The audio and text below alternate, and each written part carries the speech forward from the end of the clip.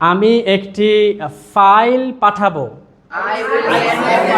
I will send এ, দেখেন আপনারা কিন্তু বলতে পারছেন I will send A file, কিন্তু যখন ধরেন আমি যদি বলি যে আমি ক্লায়েন্টকে একটি ফাইল পাঠাবো, right? So I will send A file to client. So এখন কথা হচ্ছে এইটা বলার জন্য আপনাকে গ্রামার চিন্তা করার দরকার নেই। আপনি যেভাবে প্র্যাকটিস করেছেন, স্যার যেভাবে ক্লাসে প্র্যাকটিস করাইছেন, that's how you can make this sentence. Is it clear?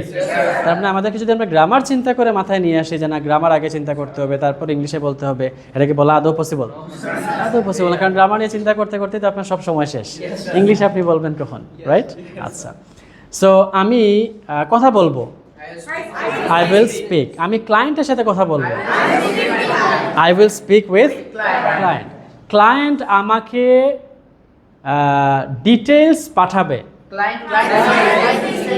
Client will send me details.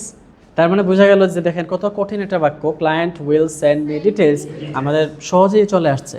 এই যে মুখে চলে আসছে এটা কিসের কারণে আসছে?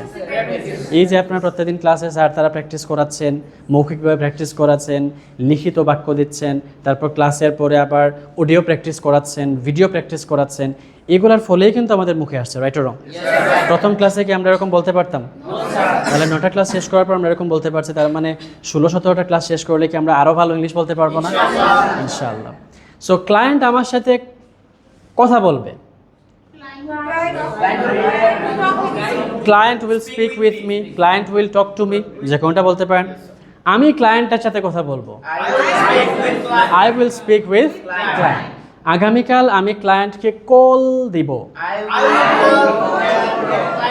I will call client tomorrow, অথবা I will call my client tomorrow. আচ্ছা, তুমি কি আমার সাথে ঢাকা যাবে? এটা হচ্ছে will you go to Dhaka with me. এটা কি বর্তমান নাকি ফিউচার? ফিউচার। তুমি কি আমার সাথে ঢাকা যাবে?